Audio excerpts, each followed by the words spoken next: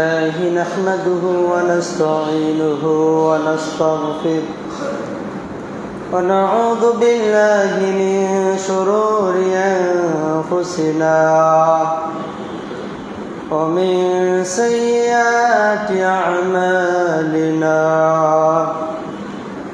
من يهده الله فلا مضل له ومن يضلل فلا هادي له وأشهد أن لا إله إلا الله وحده لا شريك له وأشهد أن محمدا عبده ورسوله أما بعد فإن خير الحديث كتاب الله وخير الهدي هدي محمد صلى الله عليه وسلم وشر الأمور محدثاتها وكل محدثة بدعة وكل بدعة ضلالة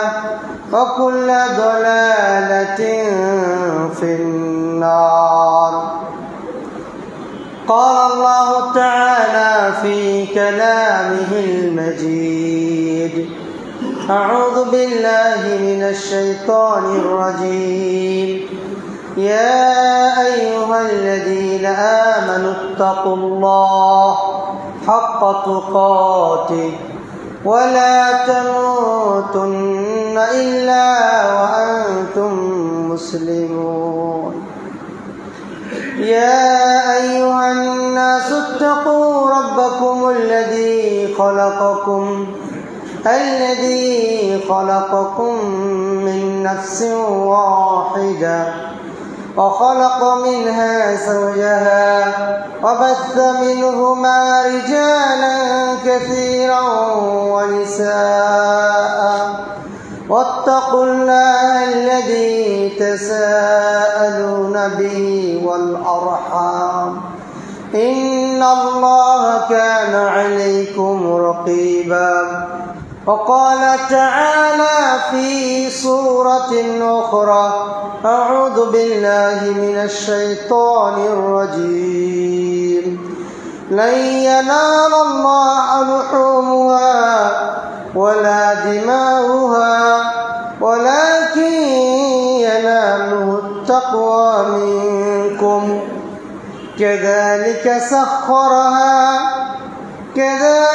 سخرها لكم لتكبروا الله على ما هداكم وبشر المحسنين.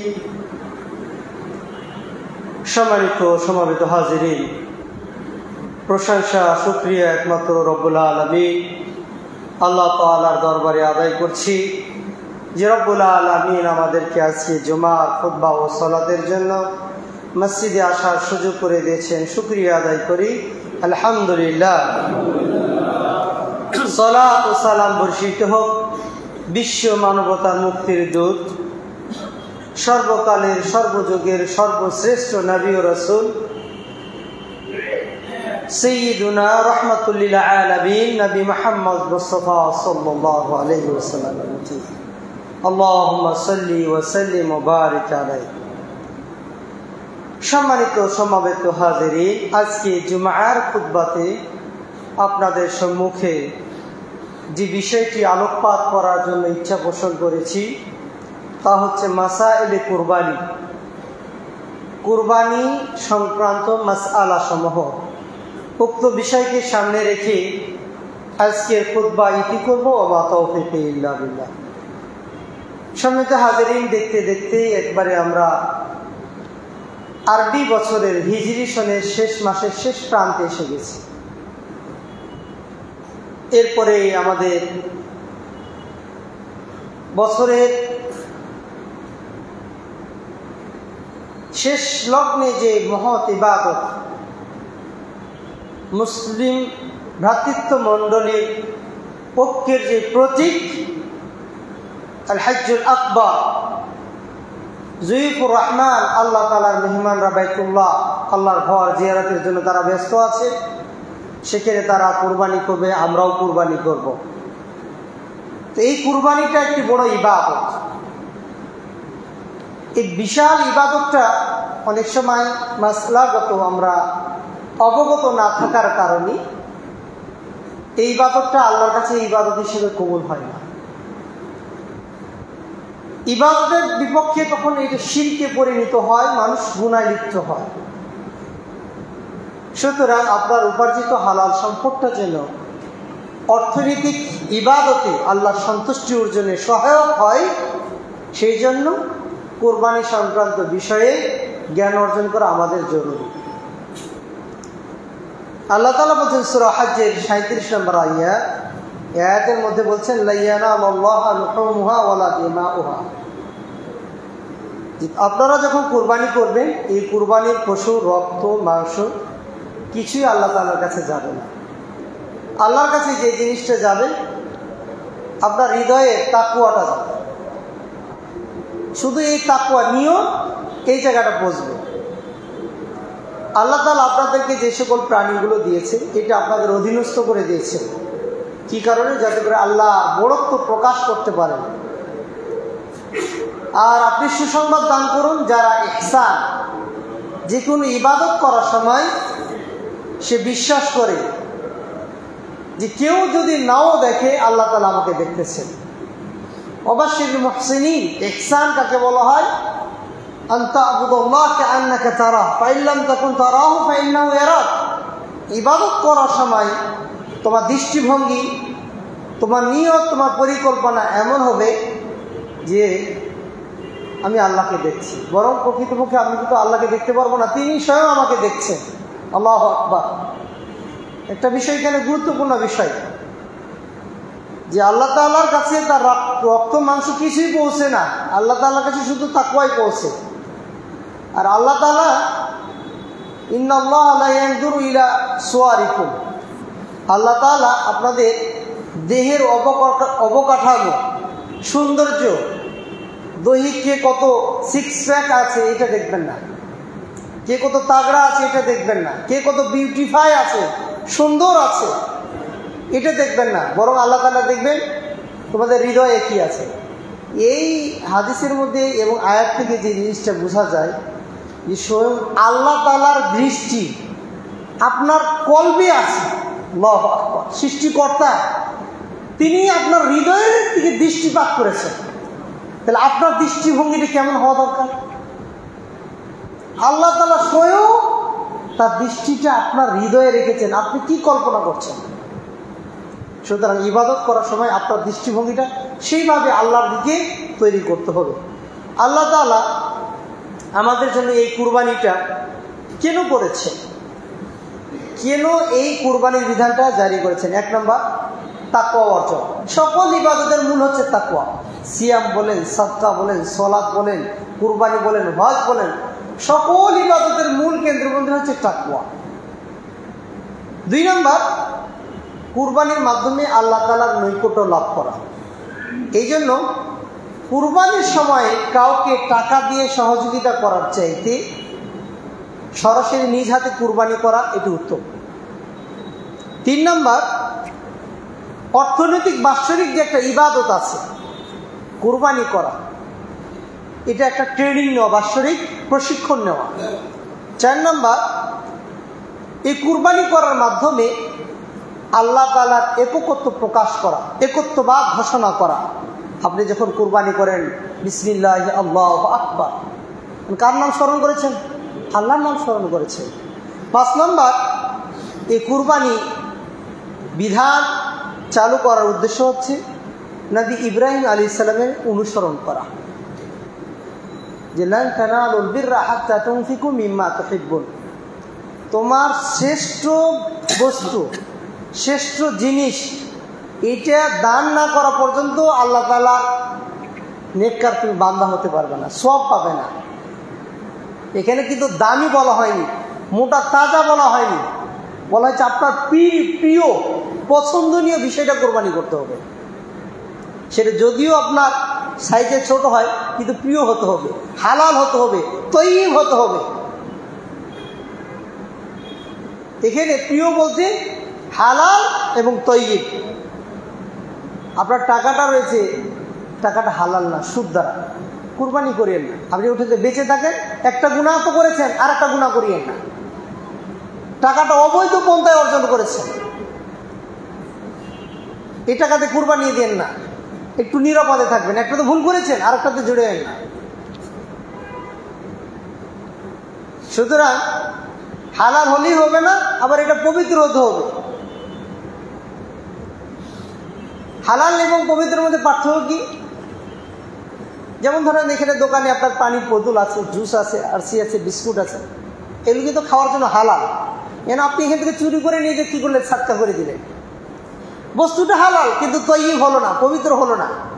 আমি জানি যে উজু করে নামাজ পড়তে হয়, পানি পবিত্র, এটা হালাল, কিন্তু আপনি চুরি করা পানি দ্বারা উজু করছেন, তৈয়ব হয় নাই, পবিত্র হয় নাই। এই জন্য যখন আপনি কুরবানি করবেন, এটা হালালও হতে হবে, আবার পবিত্রও হতে হবে। 6 নম্বর যেটা কারণ, সেটি হচ্ছে আমাদের সর্বশেষ নবী মুহাম্মদ সাল্লাল্লাহু আলাইহি সাল্লাম, তিনি এই কুরবানি করে উম্মতের প্রতি এই সুন্নাত জারি করেছেন, এই জন্য এটা করতে হবে। 7 নম্বর, আল্লাহ তাআলা কুরবানি করার যেহেতু রক্ত মাংস কিছুই নেয় না, শুধু তাকওয়াটা নেন। বাকি যে রক্ত মাংসগুলো রয়েছে, এটা আপনার পরিবারের প্রতি আহারের জন্য দিয়েছে, আপনার পরিবার ভক্ষণ করবে, এটাও আল্লাহ তাআলা দিয়েছেন নিয়ামত স্বরূপ। 8 নম্বর কারণ, শুধু নিজে ভক্ষণ করবে তা না, আপনার আত্মীয় স্বজন, গ্রামের পাড়া প্রতিবেশী যারা বছরে একবারও গোশত কিনতে পারেন, এদেরকে খাওয়ানোর জন্য, নিজের চাইতে একটু তাদেরকে প্রায়োরিটি দেওয়ার জন্য। 9 নম্বর, কুরবানি বিধান চালু করার পিছনে কারণ হচ্ছে আল্লাহ তাআলা যে আপনাকে সম্পদ দিয়েছে, এই সম্পদের প্রতি যে একটা হক রয়েছে গরিবদের, দুঃখীদের, আপনি কুরবানি করার মাধ্যমে আল্লাহ তাআলা শুকরিয়া আদায় করবেন যে টাকার মালিক তো আমি না, আল্লাহ তাআলা আমাকে দিয়েছেন। আজকে মরে যাবো, আরেকজন মালিক হয়ে যাবে, অন্যজন মালিক হওয়ার আগে আল্লাহ তাআলা আমাকে যে টাকা দিয়েছে, আমি শুকরিয়া তানে কুরবানি করে দিলাম। 10 নম্বর কারণ, আপনি এই কুরবানি করলে আপনার পাপ মোচন হবে, নিয়ত যদি পরিশুদ্ধ থাকে। এই 10টি কারণে কুরবানির বিধানকে আল্লাহ তাআলা এই উম্মতের জন্য এবং আগেও যারা ছিল তাদের জন্য প্রণয়ন করেছিলেন। কুরবানির বিধান কি, অনেকগুলো আলোচনা আছে, দলিলগুলো উল্লেখ করতে পারবো না, শুধু মাসআলাগুলো উল্লেখ করব আর সংক্ষিপ্তভাবে বলে যাব। কুরবানির বিধানের ব্যাপারে ইমামদের মাঝে 2টি মতামত আছে। একটি মতামত হচ্ছে এটা ফরজে আইন, ওয়াজিব, সকলকে করতে হবে। এদের ব্যাপারে দলিল কি? তারা দলিল উল্লেখ করেছেন এই ব্যাপারে যে উম্মে সালামা থেকে বর্ণিত, রাসূল সাল্লাল্লাহু আলাইহি ওয়াসাল্লাম বলেছেন যে ইদা দাখালাতিল আশরু ওয়া আরাদা আহাদুকুম আন ইযহা ফালা ইয়ামাসসা মিন শা'রিহি ওয়া বাশারি শাইআন। যখন শেষ দশক এসে যায় না, যখন প্রথম দশক জিলহজ মাসে এসে যায়, তখন কি করবে? আপনার কুরবানি করার কেউ যদি নিয়ত করে, তাহলে তার চুল এবং নখ কিছুই কাটবে না। এখানে আমরের শিকা ব্যবহার করা হয়েছে। এখান থেকে বোঝা যায় যে কুরবানি করাটা তাদের জন্য ওয়াজিব। 2 নম্বর, কেউ কেউ বলছে যে না, এটা ওয়াজিব না, এটা সুন্নতে মুআক্কাদা। তাদের দলিল কি? যে আবু বকর রাদিয়াল্লাহু তাআলা আনহু এবং উমর বিন খাত্তাব রাদিয়াল্লাহু তাআলা আনহু উভয়ে লা ইউযাহিয়ান মাখাফাতান আন ইয়াতাকিদা নাস আন্নাহা ওয়াজিবা। উমর বিন খাত্তাব এবং আবু বকর রাদিয়াল্লাহু তাআলা আনহুমা উভয়ে মাঝে মাঝে কুরবানি করা ছেড়ে দিতেন। কি কারণে? মানুষ যেন এটাকে একবার ফরজে আইন মনে করে করতেই হবে, না করলে গুনাহগার হবে, এটার জন্য বিশ্বাস না করে। 2টি কথার মধ্যে থেকে ইমামদের মাঝে সমাধান কি এসেছে? ইমাম আবু হানিফা এবং ইমাম আউজাঈ রাহিমাহুল্লাহ 2 জনে মতামত দিয়েছে যে আন্নাহা ওয়াজিবাতুন আলাল কাদির, অর্থনৈতিকভাবে যারা স্বাবলম্বী, সামর্থ্য রয়েছে, তাদের জন্য এটা ওয়াজিব। কিন্তু যাদের সম্পদ নেই, দিন অতিপাত করতে পারছে না, তাদের উপর এটা ওয়াজিব নেই। করতে পারলে ভালো, না হলে কোনো সমস্যা নেই। কারণ এই হাদিসের প্রেক্ষাপটে আরেকটা রাসূল সাল্লাল্লাহু আলাইহি ওয়াসাল্লামের হাদিস আছে, যে ব্যক্তি কুরবানি করার মতো সক্ষমতা রাখে কিন্তু কুরবানি করে না, সেজন্য আমাদের ঈদগাহে না আসে। তার মানে এখানে শর্ত আছে, ওয়াজিব হওয়ার জন্য সামর্থ্যবান হতে হবে।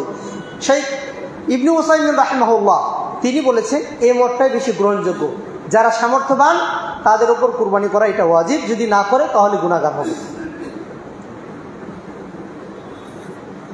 মাসালা আসি আমরা কুরবানির পশু নির্বাচনের ক্ষেত্রে কোন পশুগুলো আমরা নির্বাচন করব, আল্লাহর কাছে গ্রহণযোগ্য কোনটা হবে। এই ক্ষেত্রে আমরা সবাই জানি হৃষ্টপুষ্ট, মোটা, তাজা, দামি এমনটা হতে হবে। কেন আমরা বাজারে গেলাম, এখন আমরা তো জানি আল্লাহর উদ্দেশ্যে কুরবানি করব, তাহলে আমরা মাপি যে এর মাংস কয় কেজি হবে, আমার পরিবারের জন্য যথেষ্ট হবে কিনা, আর একটু বেশি তাজা কিনা দরকার আছে কিনা। এখানে দুইটা পদ্ধতি। এক পদ্ধতি, মাংস দেখতে গিয়ে আপনি শিরিক করে ফেলবেন বা আপনার কুরবানিটাকে নষ্ট করে ফেলবেন। আপনি যদি চিন্তা করেন যে আমার পরিবারে পুরো বছরের মাংস কতটুকু লাগবে, বিয়ে অনুষ্ঠান আছে, গায়ে হলুদের অনুষ্ঠান আছে, মানে আপনার সুন্নতে খতনা আছে, বিভিন্ন পার্টি আছে, সুতরাং একটু মোটা তাজা গরু নিই, তাহলে আপনার কুরবানি বরবাদ। আর আপনি যদি মনে করেন যে মাংসের পরিমাণ আমি নির্ণয় করছি এই জন্য যে আমি যে টাকাটা পে করব, পরিশোধ করব, এই টাকার মূল্য অনুপাতে মাংসটা ঠিক আছে কিনা, এমন যদি হয় তাহলে কোনো সমস্যা নাই। কিন্তু আপনার পরিবার খাবে, আপনি খাবেন, আরও কেউ খাবে, এই নিয়তে যদি আপনি পশু নির্বাচন করেন তাহলে এই কুরবানি হবে না। এরপরে পশু নির্বাচন করার সময় যে সকল পশুগুলো কুরবানি করা যায় না সেটা হচ্ছে সুস্পষ্ট কানা, ন্যাংরা, লেজ কাটা, কান কাটা, স্পষ্ট দুর্বল, হেঁটে যেতে পারে না, এমন পশু কুরবানি করা যাবে না। কুরবানি করার সময় কোন পশুগুলো আমার জন্য বেস্ট হবে, ছাগল, দুম্বা, খাসি, গরু, উট। এই ক্ষেত্রে ইমামরা মতামত দিয়েছেন শ্রেষ্ঠ হচ্ছে আগে উট কুরবানি একাকি দেওয়া, একাকি গরু কুরবানি দেওয়া, একাকি খাসি কুরবানি দেওয়া, একাকি দুম্বা কুরবানি দেওয়া। যদি এইগুলো সম্ভব না হয় এরপর হচ্ছে ভাগে দেওয়া 7 জন একটি উটে অথবা গরুতে। গরুতে কিংবা উটে 7 জন এটা ভাগে দেওয়া যায়, কোনো সমস্যা নাই, যদিও মতামত রয়েছে, কিন্তু এটা জায়েজি মাসআলা। আমাদের দেশে কিছু কিছু আলেম ওলামা বলে থাকেন যে ভাগে কুরবানি শুধুমাত্র এটা সফর অবস্থায় দেওয়া যাবে, মুকিম অবস্থায় দেওয়া যাবে না। আসলে হাদিসটা বুঝতে গিয়ে একটু গ্যাপ আছে। আল্লাহ রাসূল ওই হাদিসে বলেন নাই যদি তোমরা সফরে থাকো তাহলে তোমরা 7 ভাগে কুরবানি দেবা, এমন বলে নাই। তারা বলছে আমরা যখন সফরে থাকতাম রাসূল সাল্লাল্লাহু আলাইহি ওয়াসাল্লাম আমাদেরকে 7 ভাগে বা একটা উটে 7 জনে অংশগ্রহণ করার জন্য অনুমতি দিয়েছে, এখানে শর্ত করা হয়নি।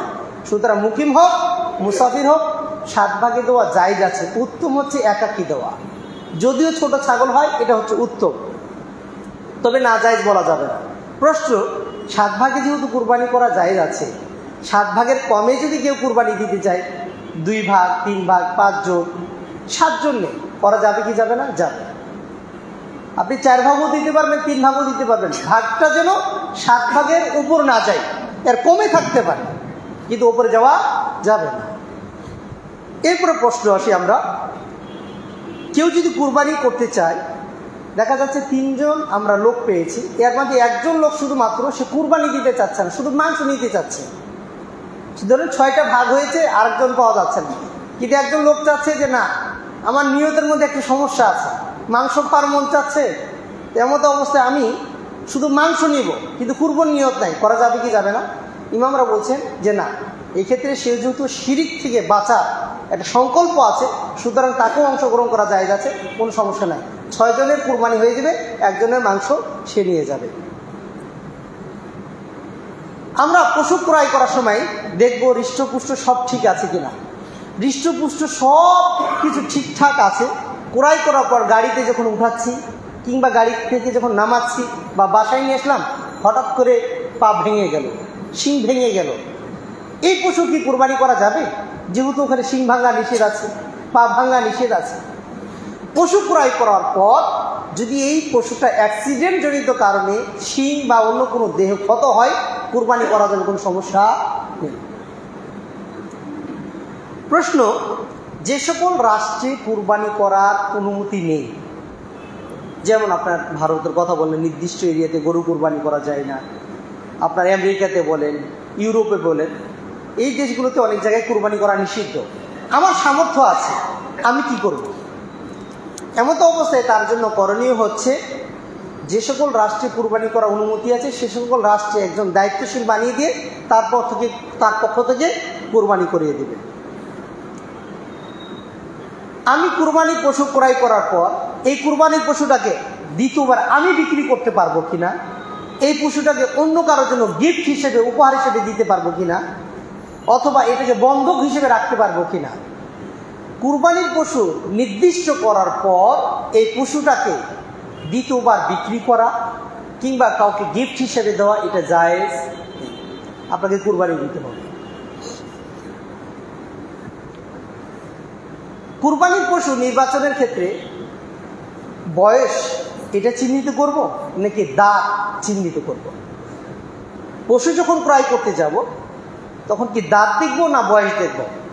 আমরা জানি দম্বা যদি হয় তার বয়স হতে হয় 6 মাস, খাসি যদি হয় ছাগল ভেড়া এগুলো হয় 1 বছর, গরু যদি হয় তাহলে হয় 2 বছর, আর উট যদি হয় তাহলে 5 বছর। আমাদের দেশে ফতোয়া আছে যে দাঁত দেখতে হবে। মূলত দাঁত দেখা উদ্দেশ্য নয়, বয়সটা হলো মূল উদ্দেশ্য। কিন্তু যেহেতু দম্বা 6 মাসের দাঁতে, ছাগল 1 বছরের দাঁতে, গরু 2 বছরে দাঁত উঠে, আর উট 5 বছরের দাঁতে, আর মানুষ দাঁতে হচ্ছে 10 বছরে। এটা বয়স। আপনার যদি গৃহপালিত পশু হয়, মানে আপনি নিজে পালন করেছেন, তার দাঁত উঠে নেই, 6 মাস হয়ে গেছে, এই কুরবানি দিতে পারবেন, কোনো সমস্যা নেই। কিন্তু বাজারে যদি হয় তাহলে এইটার 6 মাস হয়েছে কিনা, 1 বছর হয়েছে কিনা, 5 বছর হয়েছে কিনা আপনি নিশ্চিত না, সেক্ষেত্রে দাঁত দেখাটা নির্বাচন করাটাই আপনার জন্য নিরাপদ। কিন্তু যদি বিক্রেতা তার নিজের লালন পালন করা হয় আর সে নিজে অথেন্টিকভাবে আপনাকে বলে এর বয়স 6 মাস হয়েছে, 1 বছর হয়েছে, 2 বছর হয়েছে বা 5 বছর হয়েছে, এমন যদি আপনাকে ইনশিওর করতে পারে তাহলে আপনি সেটা কোরবানি দিতে পারেন। সমেত হাজিরিন, কুরবানি করার বেস্ট টাইম কোনটা, কখন কুরবানি করব? ঈদ সলাৎ সমাপ্তে বাড়িতে ফিরে আপনি কুরবানি করতে পারেন। রাসূল সাল্লাল্লাহু আলাইহি ওয়াসাল্লাম ঈদগাহেই কী করতেন? কুরবানি করতেন। অনেক সময় বিভিন্ন সময় আমরা আগে দেখেছি ঈদগাহে কী করা হতো? কুরবানি করা হতো। এখন এই প্রচলন নেই, প্রত্যেকে বাড়িতে বাড়িতে ঈদের কুরবানিটা করে থাকে বা কুরবানি পশু জমা করে থাকে। মূলত ঈদ মানে আনন্দ, এক জায়গায় হয়ে কুরবানি করাটাই হচ্ছে বেটার। পরস্পরে এই আনন্দ, এই ইসলামিক সংস্কৃতি ভাগাভাগি করাটা এটা হচ্ছে নিয়ম। কিন্তু এখন সমাজ ব্যবস্থা যেহেতু প্রত্যেকের সিকিউরিটি মেনটেন করতে হয়, নিরাপত্তা দরকার আছে, এই জন্যও তারা কী করে নিজ গৃহে কুরবানি করে, কোনো সমস্যা নাই, তবে একসাথে করাটা ভালো। কুরবানি কখন শুরু হবে? ঈদের সলাৎ পড়ার পর থেকে নিয়ে আরও 3 দিন, 10, 11, 12, 13 তারিখ। 13 তারিখ সূর্য ডুবা পর্যন্ত আপনার জন্য কুরবানি করা জায়েজ আছে, আইয়ামে তাশরিক যেটাকে বলা হয়। আমি যদি কুরবানি করতে গিয়ে প্রথম দিন পারলাম না, দ্বিতীয় দিন করতে পারবো কি? হ্যাঁ পারবেন। তৃতীয় দিন পারবেন কি? হ্যাঁ পারবেন, কোনো সমস্যা নেই। আমি দিনে কুরবানি করতে পারি না, রাত্রি কি জব করতে পারবো? রাত্রেও আপনি কুরবানি করতে পারেন, কোনো সমস্যা নেই। কুরবানি করার সময় যদি দেখা যায় আমার ব্যস্ততার কারণে অথবা অসুস্থতার কারণে বা অন্য কোনো কারণে এই 3 দিনের মধ্যে আমি কুরবানি করতে পারি না, তাহলে কি আমি চতুর্থ দিন গিয়ে কুরবানি করতে পারবো? ইমামদের মতামত টাইম ওভার হয়ে গেলে এটা কুরবানি হিসেবে জব করতে পারবে না, কিন্তু কুরবানির উদ্দেশ্যে যদি পশুটা নিয়ত করে ক্রয় করে থাকে, পশুটা জব করবে, মাংসটা গরিবদের মাঝে বিতরণ করে দেবে, সব পেয়ে যাবে। কুরবানি হিসেবে যে কবুল হবে এমনটা না, সাদকা হিসেবে কবুল হয়ে যাবে, যেহেতু সে নিয়ত করেছিল, মাযুর ব্যক্তি। কুরবানি করার সময় যদি দেখা যায় কুরবানির পশুর পেটের মধ্যে যদি জানিন কোনো বাচ্চা থাকে, এটাকে কি করব? জীবিত আছে, ফেলে দেব না এটা কি হুকুম? রাসূল সাল্লাল্লাহু আলাইহি ওয়াসাল্লাম বলছে যে কেউ যখন কুরবানি করবে তার পেটের মধ্যে জানিন যদি থাকে, বাচ্চা থাকে, তো বাচ্চাটাকেও জব করে এর সাথে মাংসের সাথে মিশিয়ে দেবে, সমস্যা নেই, খেতে পারে। আমাদের দেশে উল্টো সংস্কৃতি আছে, ছোট যত হবে এটা মানে রুচিহীন, আর সৌদি আরবে যত ছোট হবে এটা রুচিসম্মত। এই জন্য ছোটো ছোটো জিনিসগুলো তারা পছন্দ করে। এটা কুরবানির সাথে খাওয়া যায়, কোনো সমস্যা নেই। আমি নিজে কুরবানি করব নাকি কসাইকে দিয়ে কুরবানি করব? কোনটা বেশি উত্তম? রাসূল সাল্লাল্লাহু আলাইহি ওয়াসাল্লাম সুন্নাহ হচ্ছে নিজ হাতে নিজের পশুকে কোরবানি করা।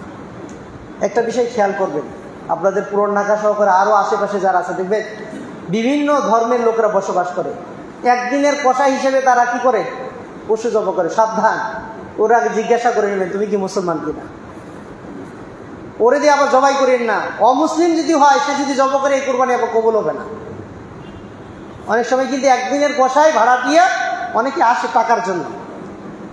সুতরাং নিজের কুরবানি নিজ হাতে জবে করা এটা হচ্ছে উত্তম। কুরবানি করার সময় আমাদের কিছু শরীয়ত বহির্ভূত আমরা কাজ করে থাকি, যেটা মোটেও আমাদের জন্য সমীচীন নয়। সেগুলো কি? 1 নম্বর, মনে করি কুরবানি করার সময় উজু করতে হবে, উজু করে পাক পবিত্র হয়ে তারপর জব করতে হবে। এটা এই ব্যাপারে কোনো দলিল নেই। 2 নম্বর, কুরবানি করার পরপরই কুরবানির পশু রক্ত, কুরবানির যে পশু রয়েছে গরু হোক ছাগল হোক, তার মাথাতে লাগাতে হবে, তার লোমের লাগাতে হবে। এটা আমরা করে থাকি। 3 নম্বর আমরা করে থাকি বেদাত, যেটা কুরবানির পশু রক্ত বারাকা তার পায়ে লাগায়, হাতে লাগায়, অসুস্থ ব্যক্তির গায়ে লাগায়। এটা ঠিক না, বিদআত। এরপরে আরেকটি কাজ আমরা অন্যায় করে থাকি, কুরবানির পশু যখন জব করি, এই কুরবানির পশুটাকে দড়ি দিয়ে এবং বাঁশ দিয়ে এমনভাবে বাঁধি যে প্রাণীটা খুব কষ্ট পায়। এটা ঠিক না। এমনকি 2 দিক থেকে 2 জন তাগড়া জোয়ান বা 4 জন রশি ধরে টান দেয়, ওকে ফাঁসি দেয়। এমন হতে পারে আপনি জবাই করার আগে ওই দড়ির কারণে তার মারা গেছে, তার রুহটা বের হয়ে গেছে, কুরবানি হবে না। এই জন্য সাবধান থাকতে হবে। আর একটা কাজ করে থাকি কি, আমরা যখন কুরবানি করি, কুরবানি কর গলা কেটে দিয়েছি, এরপরে তার হুলকুমের ভিতরে ছুরি দ্বারা একটা আঘাত করি, এটা নিষেধ আছে, হারাম। আপনি তাকে কাটেন, কাটার পর যদি না কাটে, তার জান আছে, আরেকবার কাটেন, কিন্তু গুঁতো মারবেন না। গুঁতো মেরে প্রাণী হত্যা করা বা জবে করা এটা নিষেধ। আপনার কুরবানি হারাম হয়ে যেতে পারে। আরেকটা আমরা কাজ করি কি, আমরা কুরবানির পশুকে সামনে রেখে তরবারিগুলোকে ধার দিই। তরবারিগুলোকে কি করি? প্রস্তুত রাখি, ওর তরবারি নিয়ে ওর সামনে ঘোরাঘুরি করি। এটা ঠিক না, কষ্ট পাই, তারাও বুঝে, এমন করা যাবে না।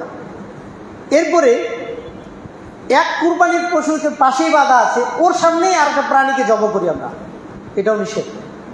সেও কষ্ট পায়। আপনার সামনে একটা মানুষকে যখন এভাবে মারা হবে, আপনি কিন্তু খুব কষ্ট পাবেন, তারাও কিন্তু কষ্ট পায়। এই জন্য একটু আড়ালে রাখতে হবে।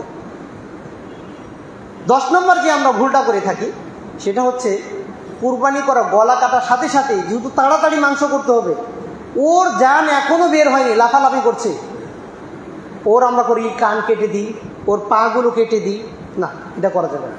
তার পুরো দেহটা আগে নিস্তেজ হবে, তারপর আপনি কাটবেন। নাহলে এই ভুলগুলোর কারণে আপনার কুরবানি বাতিল হয়ে যাওয়ার সম্ভাবনা রয়েছে। মাসআলা সময় শেষের দিকে, ঋণ দিয়ে কুরবানি করা যাবে কি যাবে না? আমার সামর্থ্য নেই, আমি ঋণ দিয়ে কি কুরবানি করতে পারবো? আমাদের দেশে আবার এখানে ফাঁকি দেওয়ার খুব একটা চেষ্টা চলে, যে ভাই আমি তো ঋণ নিই, আমি ঋণ করে আবার কুরবানি দেবো কেন? ভাই আপনি ঋণ করেছেন ব্যবসার জন্য, বিদেশ থেকে মাল ইম্পোর্ট করার জন্য। আপনি ঋণ করেছেন বাড়ি করার জন্য, বিজনেস করার জন্য, ঋণ পরিশোধ করার জন্য না। আপনার ঋণটা যদি আপনার পরিবারের খাবার বাবদ হয়ে থাকে, ঋণ পরিশোধের উদ্দেশ্য হয়ে থাকে, তাহলে আপনার ঋণ করে কুরবানি দেওয়া দরকার নেই। আর ঋণ করে যদি আপনি ব্যবসা বাণিজ্য, গাড়ি বাড়ি মাল ক্রয় করে থাকে, তাহলে আপনাকে ঋণ করে আগে কুরবানি দিতে হবে। ওটা করার আগে আপনি ফাঁকি দেওয়ার জায়গায় পান না। কুরবানি আসলে ঋণের কথা মনে পড়ে। তবে হ্যাঁ, যদি দেখা যায় কুরবানি করার পরে আমার ঋণ অল্প আছে, কিন্তু আবার ঋণ করলে এই ঋণের পরিমাণটা বেশি হয়ে যাবে, তখন আপনার প্রতি এটা জরুরি নয়। সম্মানিত হাজিরিন, কুরবানির পশু জবে করার পর আমরা মাংস বন্টন করে দেব। এমন কি করা যায়, এই কুরবানির পশুটা কাউকে আমি একবারই দিয়ে দিলাম যে তোমরা জবে করে এটা বন্টন করে নেবা। এক্ষেত্রে 2টা নিয়ম, আপনি নিজে বন্টন করবেন, নিজে জবে করবেন, এটা হচ্ছে উত্তম। আপনার হাতে যদি সময় না থাকে, আপনার হাতে যদি লোক না থাকে, তাহলে আপনি অন্য কাউকে দায়িত্ব দিয়ে এটা করাবেন, ঠিক আছে, সমস্যা নেই।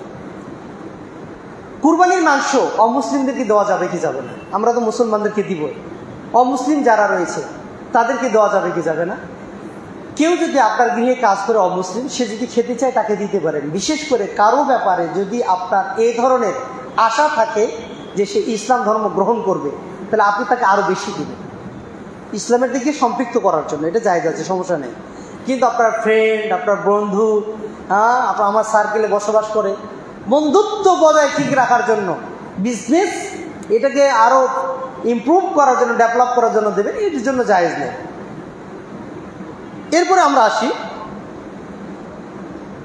আমরা কুরবানি করার সময় কি বলবো? ছোট্ট একটি দোয়া আছে যে বিসমিল্লাহি আল্লাহু আকবার, আল্লাহুম্মা হাযা মিনকা ওয়া লাকা, আল্লাহুম্মা তাকাব্বাল আন্নী ওয়া আন আহলি বাইতি। ইয়া আল্লাহ, এটা আমি তোমার নামে শুরু করছি, তোমার পক্ষ থেকে এসেছে, এটা তোমার জন্যই, তুমি আমার এবং আমার পরিবারের পক্ষ থেকে কবুল করো। এই দোয়াটা বলা যায়। যারা মৃত মারা গেছে তাদের পক্ষ থেকে কি কুরবানি করা যাবে? আমাদের এখানে ছোট্ট একটা মাসালা ভুল হয় অনেক সময়, আমরা বলি এটা আমার বাবার জন্য কুরবানি, এই কথাটা বলা যাবে না। আমার বাবার পক্ষ থেকে, আমার দাদার পক্ষ থেকে, আমার মৃত ব্যক্তির পক্ষ থেকে এই কথা বলতে হবে। আপনি যদি বলেন যে এটা আমার বাবার জন্য, দাদার জন্য, কিন্তু তখন কুরবানি বাতিল হয়ে যাবে, কারণ বাবার জন্য হতে পারে না, কুরবানি কার জন্য? আল্লাহর জন্য। কুরবানিকৃত প্রচুর মাংস আমরা কতটুকু খাবো আর কতটুকু বন্টন করব? এক্ষেত্রে আয়াতে যে বর্ণনাটা এসেছে, নিজে খাও এবং আত্মীয় স্বজনকে দাও, গরিব দুঃখীকে দাও। কতটুকু খাবো, কতটুকু আত্মীয় স্বজনকে দিব এবং কতটুকু গরিব দুঃখীকে দিব। রাসূল সাল্লাল্লাহু আলাইহি ওয়াসাল্লামের হাদিস যদি আমরা দেখি, সেক্ষেত্রে থেকে প্রমাণিত হয় খাওয়ার চাইতে অন্যকে অগ্রাধিকার দেওয়া এটাই হচ্ছে সুন্নাহ। আয়েশা রাদিয়াল্লাহু তাআলা আনহা বলতেছেন, রাসূল সাল্লাল্লাহু আলাইহি ওয়াসাল্লাম কলিজা খেতে পছন্দ করতেন। তিনি কুরবানি করার পর কলিজাটা ভাজি করে বের করে দিতেন, আমি ভুনা করে দিতাম, রাসূল সাল্লাল্লাহু আলাইহি ওয়াসাল্লাম খেতেন। তো একদিন রাসূল সাল্লাল্লাহু আলাইহি ওয়াসাল্লাম আমাকে বলতেছেন, আয়েশা তুমি মাংস বন্টন করতে থাকো। রাসূল এদিকে মাংস কাটতেছে আর আয়েশা বন্টন করতেছে রাদিয়াল্লাহু তাআলা আনহা। রাসূল সাল্লাল্লাহু আলাইহি ওয়াসাল্লাম এসে বলছেন, আয়েশা ঘরে মাংস কতটুকু আছে? আয়েশা রাদিয়াল্লাহু তাআলা আনহা তিনি বলছেন, ইয়া রাসূলুল্লাহ, ঘরের ভিতরে কোনো মাংসই নেই, শুধু কলিজাটা আছে। সব মাংস তো আপনি বিতরণ করতে বলছেন, আমি বিতরণ করে দিয়েছি, শুধু কলিজা আছে। আল্লাহ রাসূল সাল্লাল্লাহু আলাইহি ওয়াসাল্লাম বলেন, ও আয়েশা, সব মাংসগুলো আছে, শুধু কলিজাটা নাই। আয়েশা আশ্চর্য হয়ে গেল, আমার বাড়িতে কলিজা আছে, রাসূল বলছে কলিজা না নেই, বাকি মাংসগুলো আছে। তার মানে তিনি বুঝাতে চাইলেন আমি যেটা খাবো এটা আমার জন্য শেষ, আর যেটা আমি দিয়েছি এটা আমার পরকালে সঞ্চয় হয়ে গেছে। সুবহানাল্লাহ। এই জন্য নিজে খাওয়ার চাইতে অন্যকে খাওয়ানো, প্রায়োরিটি দেওয়া, এটা হচ্ছে সুন্নাহ। আব্দুল্লাহ ইবনে আব্বাস রাদিয়াল্লাহু তাআলা আনহু তিনি 3 ভাগে ভাগ করতেন। এক ভাগ নিজে খাইতেন, এক ভাগ তিনি গরিব দুঃখীদের মাঝে দান করতেন, আর এক ভাগ আত্মীয় স্বজন যারা রয়েছে তাদেরকে দিতেন। সমান সমান ভাগ করা এটা কি জরুরি? না, জরুরি না। আপনার স্থান, আপনার যে এলাকা রয়েছে, মহল্লা রয়েছে, এই এলাকাতে গরিব দুঃখী এটা আপনাকে দেখতে হবে কতজন আছে। ধরেন কথার কথা, এই এলাকাতে আপনার ব্যবসায়ী আছে 100 জন আর গরিব দুঃখী আছে 5 জন। 100 জন যদি বড় বড় 3টা গরু কুরবানি দিয়ে, মানে 100টা গরু কুরবানি দিল, আর 3 ভাগের 1 ভাগ করে 5 জনকে যদি মাংস দেয়, এরা ঘরের মধ্যে মাংস রাখতে পারবে না, রাখতে পারবে না, বরং এদেরই মাংস বেশি হিসেবে। এই জন্য আপনার স্থানে বা যে অঞ্চলে বসবাস করছেন সেই অঞ্চলের লোকজন কেমন আছে তার উপর বিবেচনা করে আপনি মাংস বন্টন করবেন। আপনার এখানে যদি গরিব দুঃখী থাকে বন্টন করে দিবেন, গরিব দুঃখী যদি না থাকে তাহলে আত্মীয় স্বজনকে দিবেন, আত্মীয় স্বজন যদি না থাকে তাহলে আপনিও খাবেন। মাংস কি জমা রাখা, ফ্রিজিং করা জায়েজ আছে? হ্যাঁ, জায়েজ আছে। রাসূল সাল্লাল্লাহু আলাইহি ওয়াসাল্লাম প্রথম কয়েক বছর হিজরত করার পর কয়েক বছর মাংস জমা রাখা এটা নিষেধ করেছেন। ইদ্দেখার নাহা রাসূল সাল্লাল্লাহু আলাইহি ওয়াসাল্লাম ইদ্দেখার লাহাব, কুরবানির গোশত জমা রাখা এটা নিষেধ করেছিলেন। যখন দুর্ভিক্ষ কষ্ট দুর্বিধ হয়ে গেল, রাসূল সাল্লাল্লাহু আলাইহি ওয়াসাল্লাম নিজে আয়েশা রাদিয়াল্লাহু তাআলা আনহাকে বলছিলেন, হজ করতে গিয়ে বিদায় হজে তুমি মাংসগুলোকে হলুদ মাখিয়ে শুকিয়ে নাও, মদিনায় নিয়ে যেয়ে খাবে। তাহলে মাংসও জমা রাখা জায়েজ আছে, তবে গরিব দুঃখীর হক নষ্ট করে নয়। সময় শেষের দিকে, মাসআলা অনেকগুলো আছে আর আজকে আমরা বৃদ্ধি করছি না, এখানে শেষ করছি। আল্লাহ তাআলা আমাদেরকে কুরবানি সংক্রান্ত আরও যে মাসআলাগুলো আছে সে অনুযায়ী আমল করা তৌফিক দান করুন। আমিন। আকুলু কওলি হাযা আস্তাগফিরুল্লাহ লি ওয়া লাকুম ওয়া লিসাইরিল মুসলিমিন ফাস্তাগফিরুহু ইন্নাহু হুয়াল গফুরুর রহিম।